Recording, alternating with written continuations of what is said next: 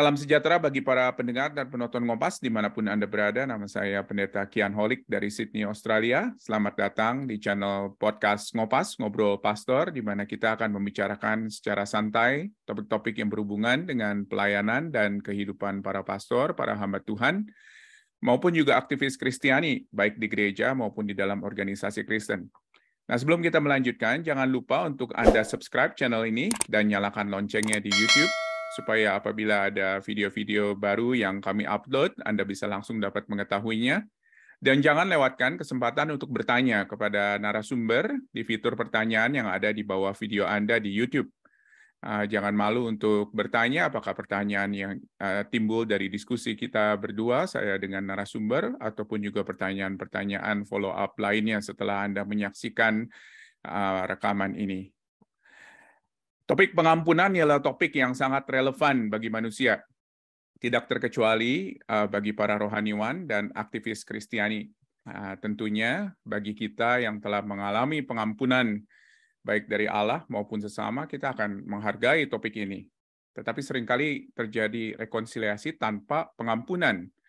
Dan itu pun juga sering terjadi di dalam pengalaman hidup dari para pastor, para rohaniwan. Apakah mungkin hal itu terjadi? Bersama dengan saya ada Pendeta Binsar Pakpahan, PhD, Wakil Ketua 4 Bidang Public Relation dari STFT Jakarta. Saya ingin menyapa Pak Binsar terlebih dahulu. Pak Binsar, selamat datang di Ngopas. Terima kasih untuk waktunya. Apa kabar, Pak? Terima kasih, Pak Kian. Shalom, senang diundang di sini. Semoga semuanya sehat-sehat. Kabar saya baik, Pak. Puji Tuhan, Pak. Pak Binsar, pertama-tama selamat terlebih dahulu nih ya. Sudah dipilih menjadi Ketua STFT. Mulai kapan, Pak, nanti, Pak? Masa jabatannya? Oh, pelantikannya masih lama, Pak. Masih September. Iya. Oh, masih September ya? Oke. Tapi kelihatannya tugas-tugasnya sudah siap menumpuk nih kelihatannya kepada Pak Binsar. Siap. Puji Tuhan, Ya, baik semuanya Pak Binsar. bisa dikerjakan. Iya. Ya. Pak Binsar sekarang mengajar apa saja kalau misalnya kami boleh tahu di STFT Jakarta? Silakan, Pak. Oh, saya mengajar etika, filsafat, juga mengajar teologi publik, Pak. Dulu Oh, disertasi saya oke. soal pengampunan dan mengingat. Baik. Wah, ini kelihatannya topik yang cocok nih, Pak, untuk kita bicarakan, karena memang Bapak bergumul banyak dan memikirkan banyak mengenai hal ini. Nah, Pak, kalau misalnya kita boleh tahu, Pak, kenapa kita bicara topik ini? Apa kepentingannya menurut Bapak untuk para rohaniwan, para pastor, untuk mengerti topik ini dengan baik? Silakan, Pak Binsar. Ya, terima kasih Pak Kian. Topik soal pengampunan juga rekonsiliasi itu topik yang penting karena selama ini agak ada kegelisahan saya, terutama buat teman-teman kita yang di Asia, karena buat kita masalah itu diselesaikan dengan melupakan.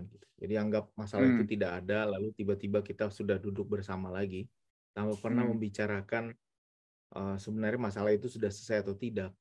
Jadi yang terjadi adalah, menurut saya, kebanyakan dari kita yang pernah berkonflik akhirnya memilih untuk ngumpul bareng lagi, duduk bersama lagi, tapi tidak pernah menyelesaikan masalah yang lalu.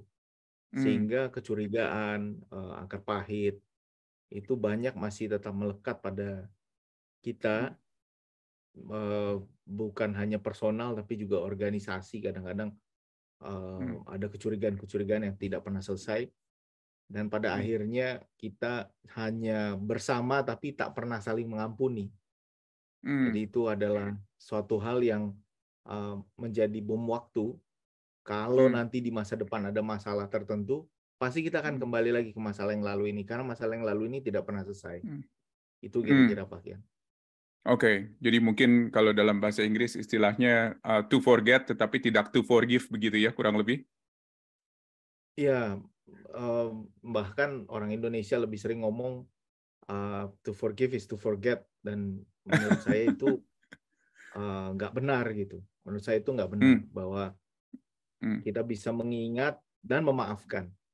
Karena kalau tidak mengingat, kita cenderung akan mengulangi kesalahan yang sama kalau kita melupakan apa yang pernah terjadi. Gitu, Pak. Apakah observasi Bapak ini berlaku juga untuk segala macam budaya, boleh dikatakan, yang ada di Indonesia, atau ada budaya-budaya tertentu, Pak, yang memang lebih sulit untuk melakukan rekonsiliasi ini? Silakan, Pak Binsar. Nah, jadi memang begini, Pak. Kalau kita lihat ya beberapa gereja misalnya, saya ngomong global dulu, beberapa gereja misalnya. Ada gereja itu kalau bertengkar, dua pilihannya, Pak. Dia bergabung lagi, ya, artinya mungkin dua pastornya bertengkar gitu ya, atau ada dua kelompok besar bertengkar di dalam satu gereja, satu sinode, kemudian mereka memisahkan diri. Pilihannya dua kan, satu mereka balik lagi, gitu, lalu mereka berdamai, atau mereka mandiri masing-masing. Nah, beberapa gereja di Indonesia memilih jalan mandiri. Lihat gereja-gereja baru yang muncul akibat perpecahan. Perpecahan ini macam-macam penyebabnya ya. Jadi mereka kemudian mendirikan gereja baru. Atau ada juga yang memilih balik lagi, tapi seperti bom waktu gitu. Jadi nanti suatu saat ada isu di depan, tiba-tiba meledak lagi karena sebenarnya tidak pernah pengampunan itu berjalan di sini. Nah, budaya memang mempengaruhi, menurut saya mempengaruhi cara berpikir kita. Cara berpikir kita memang budaya, di banyak budaya advokasinya adalah melupakan gitu. Udah selesai masalah yang lalu. Tetapi ini juga satu hal yang menurut saya juga menjadi salah kaprah karena banyak juga di dalam budaya kita adalah budaya mengingat. Kita banyak bikin tugu, bikin hari-hari besar, ya, peringatan satu dan lain hal. Jadi kita sebenarnya punya budaya mengingat, tapi ingatannya selektif. Jadi yang kita ingat cuma yang menang-menang, yang berhasil kecil. Bahkan kalau misalnya mengingat konflik, yang kita ingat dia yang salah, kita yang benar. Jadi ingatannya agak selektif. Kalau kita lihat Alkitab kita kan, ingatannya cukup komprehensif ya, Pak. Maksudnya dalam Alkitab itu diperlihatkan siapa yang benar, siapa yang salah. Kita lihat, makanya banyak orang menuduh Alkitab kita, oh itu buku apa sih kok aneh. Bukan, itu buku yang jujur. Dia bercerita tentang apa yang terjadi. Mau Daudnya salah, jadi raja, dia adalah raja, dan dia salah, dan dia tulis kesalahannya di dalam Alkitabnya. Kalau kita presiden, seandainya presiden berbuat salah, lalu dia penguasa sejarah, mungkin sudah dia ubah sejarah. Nah, makanya kejujuran itu penting sekali untuk bisa juga untuk bisa menyelesaikan apa yang terjadi di masa lalu, dan itu juga syarat untuk bisa saling mengampuni dan kemudian bisa kembali lagi. Jadi begitu. Kira-kira begitu, Pak. Budaya kita sebenarnya mendukung untuk mengingat, cuma ingatannya selektif. Karena ingatannya hanya untuk para pemenang. Baik. Dan juga apakah ingatannya itu mungkin hanya di dalam hal-hal yang positif saja dan tidak pernah menyentuh, boleh dikatakan, di dalam hal-hal yang negatif, justru yang menyakitkan. Apa betul, Pak? Betul, Pak, betul, Pak. Dan ini yang yang membuat dulu saya agak resah juga karena kita nanti siapa yang berkuasa ingatannya bagus gitu. Bagus tentang dia. Nanti giliran dia selesai berkuasa, orang lain datang lalu bilang, "Oh, ini kita perlu mengingat lukanya pemimpin sebelumnya dengan kepentingan politik," gitu misalnya. Nah, di gereja hal ini kan terjadi juga. Misalnya pimpinannya A, nanti ganti. Lalu nanti si B bilang, oh si A juga punya dosa masa lalu, dan lain sebagainya. Jadi, kenapa saya bilang ini penting? Karena para rohaniwan, ya, pastor, pendeta ini perlu betul-betul memahami bahwa sebenarnya pengampunan dan rekonsiliasi itu adalah dua hal yang berbeda.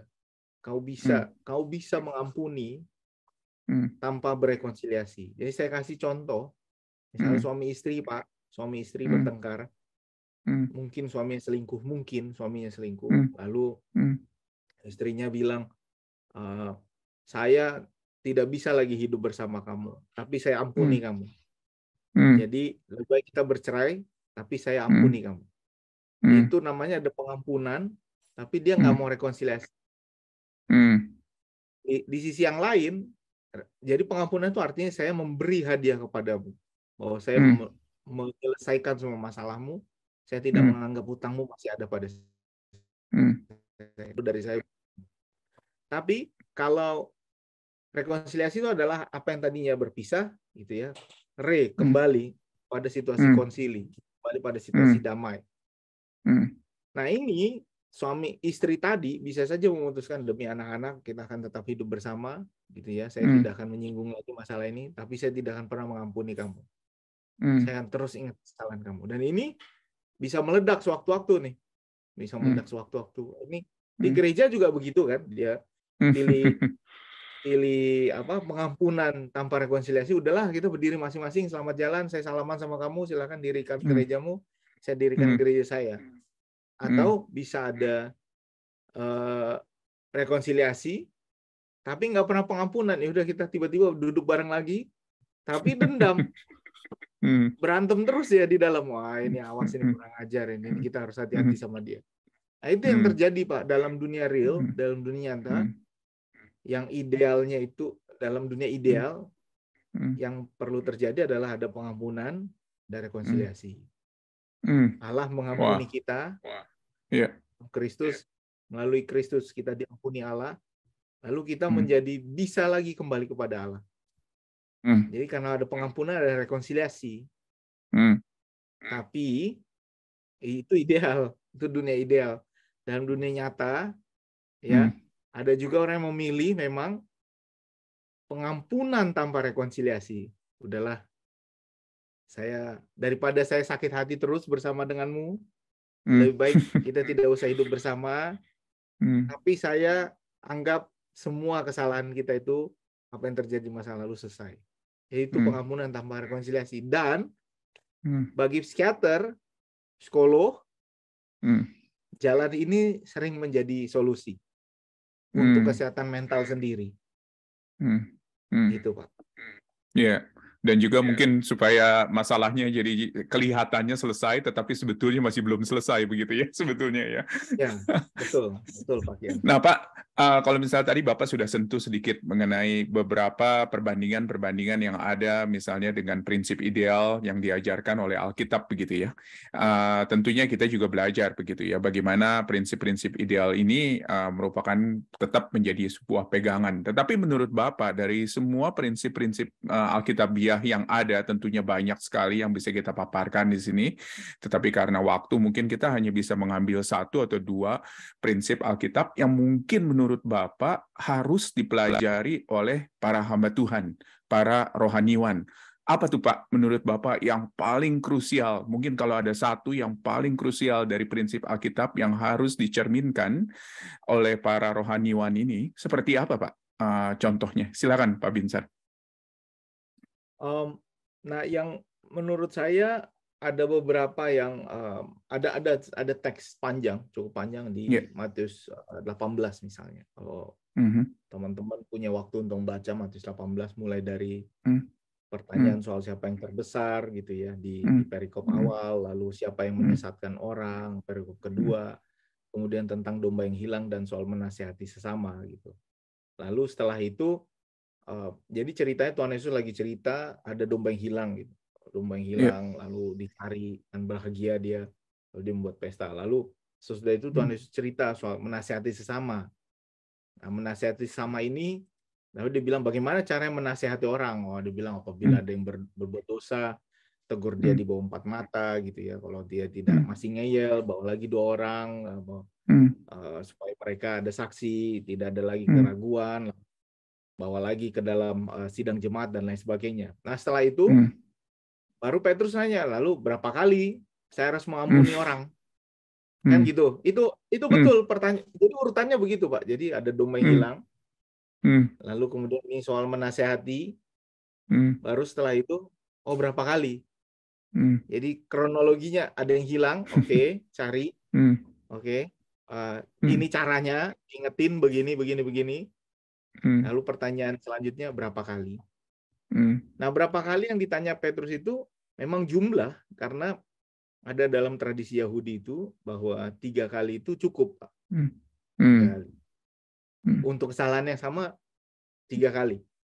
Bahkan kalau dia tidak bertobat, jadi bertobat dalam teologi Yahudi adalah dia harus mengakui kesalahannya, berjanji tidak akan mengulanginya, bayar denda, mengubah sikapnya. Makanya ada denda, makanya ada korban penebus dosa, ada denda, memang ada denda.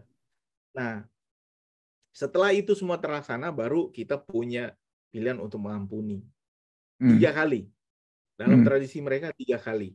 Ada beberapa ayat, misalnya Keluaran 22, misalnya 2 Samuel 12, bahwa mengganti itu sampai 4 kali lipat, itu berarti 3 threshold-nya lewat, lalu ini terakhir. Itu dia. Nah, Tuhan Yesus bilang 7 kan? 70 kali 7 gitu. Nah, itu karena dia sudah 2 kali threshold plus 1. Dan plus 7 juga angka yang memang agak dihormati ya, keramat di dalam kita, bukan keramat dalam arti macam-macam gitu ya, angka yang sempurna gitu. Sempurna, ya. Kemudian dibilang harus seperti itu, 70 kali 7 kali. Nah, ini artinya boleh dibilang juga unlimited, karena ini soal memberi kado. Baru cerita dia soal raja. Ada hamba yang berhutang, lalu hutangnya besar sekali. Berapa hutangnya? 10.000 talenta kalau nggak salah. Lalu dia berhutang. Talenta itu mata uang yang sangat besar. Lalu temannya cuma hutang 100 dinar, dia tidak mau mengampuni. Lalu yang terjadi adalah bahwa orang yang diampuni dosanya ini dihukum lagi, bukan karena hutang yang lama, karena hutang udah selesai, tapi karena dia tidak memberi pengampunan kepada temannya yang berhutang yang lain. Di situ pengampunan berarti penghapusan. Jadi dihapuskan dia, dan itu seperti hadiah. Hadiah itu artinya kamu memberi sesuatu yang kamu tahu orang itu tidak akan bisa tebus lagi, jadi selesaikan saja. Hadiah itulah pengampunan. Dan itu bersifat sosial. Saya kasih, kamu terima. Saja orang ngasih, tapi yang satu nggak terima, Pak. Karena pengampunan sifatnya sosial, bisa saja saya bilang, saya ampuni kamu. Nah, ketika saya bicara seperti itu, ada 2 yang saya lakukan. Satu, saya bilang kamu salah. Tapi yang kedua, saya bilang kesalahanmu udah selesai. Nah, pihak yang satu bisa mengatakan, emangnya saya salah apa? Karena dia nggak terima. Loh, kamu mau ngasih kado, emangnya saya perlu kado? Saya nggak perlu kado. Saya nggak terima kado kamu. Bisa saja dia mengatakan seperti itu. Makanya pengampunan jadi hal yang sosial. Ketika seseorang menerima pengampunan, dia bilang, ya saya salah. Terima kasih untuk kado yang kamu berikan. Nah, jadi teks yang perlu itu, kalau boleh teman-teman baca Matius 18 itu full. Menarik sekali karena dia bercerita mulai dari domba yang hilang sampai akhirnya kepada seorang raja yang memberikan pengampunan kepada hambanya, lalu hambanya disuruh mengampuni yang lain. Jadi pengampunan itu sifatnya menular memang, dan susahnya adalah kita diminta untuk melakukannya. Jadi saya ingat dalam satu buku yang ini Miroslav Volf, itu seorang yang bicara banyak soal pengampunan, teolog. Meskipun ada juga beberapa pemikirannya yang saya kurang setuju juga, tapi bahwa di dalam sebuah buku, di akhirnya dia ditanya, apa yang akan kamu lakukan terhadap orang yang melakukan ini kepada bangsamu, karena dia dia ini ya, dia harus pindah dia karena ada pembantaian di negaranya. Lalu dia bilang, ya saya, karena Yesus bilang begitu, ya saya harus mengampuni gitu. Dia bilang seperti itu. Nah, itu adalah jalan ujungnya, Hmm. tapi kan dia nggak rekonsiliasi, dia kan nggak pulang, Hmm. Hmm. dia kan tetap pergi. Hmm. Hmm. Gitu. Jadi maksud saya Hmm. bisa juga seperti itu. Hmm. Kamu mengatakan saya ampuni kamu, selesai, tapi saya tidak usah di Hmm. sini. Hmm. Dan itu bukan sebuah rekonsiliasi tentunya, yang menurut Pak Binsarto ya, maksudnya? Itu bukan rekonsiliasi. Kalau duduk Iya. bareng bisa, bukan Hmm. rekonsiliasi. Karena kalau dia harusnya kembali lagi Hmm. ke situasi sebelum Hmm. konflik, yaitu Hmm. rekonsili. Nah, Hmm. dia nggak ada lagi kan. Tapi Hmm. it's okay juga menurut saya kalau Hmm. itu langkah yang dipilih Hmm. dengan dasar pengampunan bisa terjadi. Jadi saya lebih memilih, Pak, ada Hmm. pengampunan Hmm. yang pertama. Karena kalau Hmm. pengampunan sudah ada, Hmm. rekonsiliasi lebih mudah dikerjakan. Rekonsiliasi Hmm. bisa dipaksa Hmm. oleh pengadilan misalnya. Kamu harus Hmm. menerima dia gitu. Atau oleh negara, kamu harus tinggal bersama. Misalnya ada dua suku Hmm. yang bertengkar, lalu negara mengatakan, enggak Hmm. bisa, kalian harus bareng karena kalian satu negara. Hmm. Ya, tapi Hmm. kecurigaan akan terus ada itu. Iya. Nah, lebih baik ada pengampunan, Hmm. rekonsiliasinya bisa dikerjakan kemudian. Itu Hmm. menurut saya. Jadi lebih baik pengampunan dulu yang dikerjakan, Hmm. baru Hmm. rekonsiliasi. Karena kalau rekonsiliasi dilakukan Hmm. tanpa pengampunan, bisa Hmm. juga, Hmm. tapi risky. Hmm. Hmm.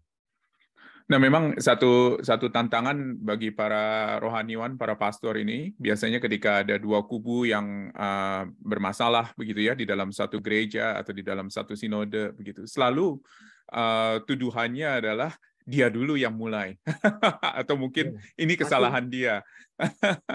Lalu kira-kira ada saran-saran praktis nggak yang Bapak bisa sarankan? Misalnya, tadi Bapak katakan pengampunan ya pertama-tama ya, langkah pertama, langkah awal. Nah, tetapi masalahnya bagaimana saya mengampuni kalau misalnya saya kalau di other party itu atau sisi yang lain itu masih berkata bahwa itu salah saya dan saya katakan no itu adalah salah kamu begitu Pak. Silakan Pak. Iya. Jadi Pak, kalau ini saran praktis buat teman-teman. Iya. Yang pertama adalah introspeksi diri. Jadi Hmm. cobalah jujur sama diri sendiri. Hmm. Tidak mungkin dalam konflik, apalagi konflik udah panjang, besar, tidak ada satu korban yang benar-benar adalah murni korban. Semuanya Hmm. pasti jadi pelaku. Hmm. Semuanya. Yang Hmm. berbeda itu adalah tingkat atau level dari keparahan dia sebagai pelaku atau korban, atau Hmm. siapa yang Hmm. mulai duluan. Cuma itu perbedaannya. Hmm. Nah, kalau dalam bahasa hukum di Hmm. Amerika Serikat, saya bilang Hmm. Amerika Serikat, Hmm. yang salah itu yang mukul duluan. Hmm. Ini kalau dalam Ya. bahasa hukum. Di Hmm. bahasa Indonesia, yang salah itu yang menyinggung. Perbuatan tidak menyenangkan. Nah, itu Hmm. bahasa hukum. Hmm. Tapi Hmm. bahwa dalam kehidupan sesungguhnya, sebenarnya kita sering Hmm. saling melukai tanpa sadar Hmm. bahwa kita sudah melakukan. Hmm. Jadi, cobalah secara jujur berefleksi. Hmm. Kalau kita, misalnya ini saya bicara level personal dulu. Kalau Ya. teman-teman yang ikutin acara ini Hmm. punya masalah, coba pikirkan siapa yang kita sebelin. Pasti ada satu nama, dua nama, gampang lah itu. Pikirkan siapa yang Hmm. kamu kalau ingat dia langsung bawaannya Hmm. lapar atau bawaannya gimana gitu ya. Pikirkan satu Hmm. dua nama. Hmm. Lalu pikirkan apa yang dia lakukan. Nah, Hmm. ini penting Hmm. untuk mengetahui apa yang dia Hmm. lakukan. Hmm. Jangan dilebih-lebihkan juga Hmm. gitu. Jangan Hmm. dilebih-lebihkan. Artinya Hmm. kalau dia pernah hutang sama saya, oke. Ya hutang Hmm. aja. Jangan Hmm. tambahin gitu. Orang tuh seneng nambahin. Dia pernah hutang. Hmm. Memang dia tidak bisa dipercaya. Memang dia ini begini. Memang dia ini suka menipu dan lain sebagainya. Banyak Dan bumbu-bumbu nih kelihatannya, Pak. akhirnya tambah bumbunya gitu. Jadi Iya, ingat apa iya. yang sebenarnya dia lakukan, jangan Eh, ditambahin yang dikurang. hmm, Lalu ingat hmm, juga apa respons kamu terhadap hutang itu. Mungkin ada sesuatu yang hmm, kita lakukan yang membuat dia hmm, tidak memenuhi kewajibannya dan lain hmm, sebagainya, sehingga hmm, akhirnya terjadi pertengkaran ini. hmm, Nah, dalam hal itu hmm, kamu jadi bisa menghargai orang-orang, nama-nama yang kita katakan tadi, karena kita tidak tidak apa namanya tidak hmm, akan hmm, mengingat orang yang punya nama-nama berbeda, punya nama-nama hmm, yang ada dalam kepala kita itu, kalau hmm, dia tidak berarti bagi kita. hmm, Jadi biasanya ini adalah orang-orang yang berarti bagi kita. hmm, hmm, hmm. Yang sangat menarik ya sebetulnya ya, karena sekali lagi bahwa keberadaan permasalahan itu seringkali adalah sebetulnya di dalam diri kita tanpa kita tanpa kita sadar begitu sebetulnya. Kalau misalnya diri kita sebetulnya banyak uh, uh, uh, permasalahan yang ada dan ikut serta boleh dikatakan di dalam konflik tersebut ya Pak ya. Jadi tadi yang Bapak katakan introspeksi ke dalam diri sendiri, betul ya? Ya, betul. Dan kita Hmm. juga introspeksi ke dalam diri. Nah, ini kasusnya beda-beda ya, Pak. Jadi rumusnya nggak sama. Ya. Jadi misalnya kalau ada korban kekerasan, perkosaan misalnya, ini nggak bisa Hmm. bilang begitu. Coba kamu pikir Hmm. kamu salah apa? Enggak. Ya itu Ya. karena ada kekerasan yang kamu terima, bukan ini. Jadi ini saya lagi bicara soal Ya. konflik dalam level personal atau organisasi, di mana ada dua pihak yang Hmm. tadinya baik, lalu kemudian Hmm. memiliki perbedaan Hmm. pikiran, hutang dan lain Hmm. sebagainya, lalu bertengkar Hmm. gitu. Nah, ini selalu yang paling kita pikirkan itu adalah orang-orang yang memang dekat sama kita, Pak. Karena kalau orang-orang Hmm. yang nggak dekat sama kita tuh, kita ya dicuekin aja, nggak akan kita anggap musuhan Nggak juga, peduli ya. nggak peduli kita. Iya, Ini iya pasti betul. orang-orang yang memang pernah dekat dengan kita, sahabat Yang kita kita lah yang percaya mengkhianati. mungkin atau yang memang relasinya dekat dengan kita ya. Hmm. Persis, persis. Jadi Hmm. orang-orang yang seperti ini, nah ingatlah bahwa dia juga pernah baik sama kita. Nggak mungkin orang-orang seperti ini cuma jahat aja. Dia pernah baik juga Hmm. kok. Dia pernah nolong Hmm. kita. Hmm. Pasti ada kebaikan dia. Jadi jangan hanya ingat kejahatannya, ingat Hmm. juga dia Hmm. ini siapa, gitu. Apa yang pernah dilakukannya, dan kamu siapa, saya siapa, apa yang pernah saya Hmm. lakukan sama dia. Jadi Hmm. dengan jujur ya, dengan ingat Hmm. apa yang terjadi, ini sebenarnya Hmm. kesalahannya. Lalu dengan mengingat apa dia kebaikannya, kita bisa menempatkan dia pada posisinya, bukan orang yang sangat Hmm. jahat Hmm. atau bukan orang yang sangat kejam terhadap kita. Kita bisa lihat, oh ini perbuatan ini yang perlu Hmm. diselesaikan. Hmm. Dan dengan begitu kita bisa fokus kepada masalah Hmm. itu. Hmm. Lalu kita bilang apa? Lalu pertanyaannya, apakah kamu mau Hmm. menawarkan pengampunan? Nah, di sini dia, Pak. Hmm. Hmm. Dalam Hmm. teologi Kristen, kita percaya Hmm. pengampunan itu melampaui anugerah itu melampaui pertobatan. Ya, Hmm. anugerah melampaui pertobatan. Artinya Hmm. Kristus berkorban buat Hmm. kita Hmm. melampaui pertobatan kita. Jadi kita belum bertobat, dia Hmm. udah berkorban. Kan Hmm. gitu. Jadi Hmm. dia menawarkan itu. Dia Hmm. menawarkan itu. Hmm. Yep. Jadi Yep. instead of pertobatan baru ada pengampunan, Hmm. sebenarnya teologi kita mengatakan kamu ada pengampunan baru kamu Hmm. bertobat. Karena anugerah melampaui pertobatan. Jadi kalau Betul. Hmm.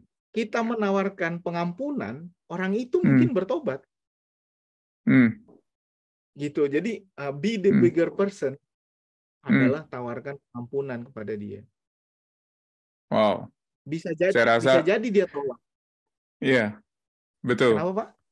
Dan saya rasa itu bukan suatu hal yang mudah itu, Pak. Oh, udah pasti. Ketika Itu sulit. sudah ada di dalam sebuah konflik atau di dalam sebuah ketegangan begitu ya, untuk kita bisa mempunyai hati yang besar, untuk kita bisa mempunyai kerendahan hati juga pasti tentunya, menyadari keterbatasan kita dan menyadari bahwa yang tadi seperti Bapak katakan, kalau misalnya anugerah itu datang terlebih dahulu sebetulnya. Dan itu adalah mungkin suatu langkah awal ya Pak ya, yang mungkin Bapak bisa sarankan kepada para pastor, dan saya yakin langkah awal ini adalah langkah yang penting sekali Pak sebetulnya di dalam proses rekonsiliasi ini. Setuju Pak Binsar?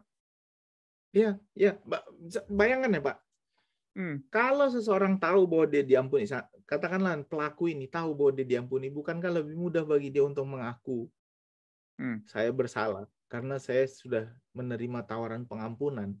Kenapa wow. sih kita ngaku sama Tuhan kalau kita Hmm, bersalah? Karena kita tahu hmm, ada tawaran pengampunan itu sudah diberikan pada kita.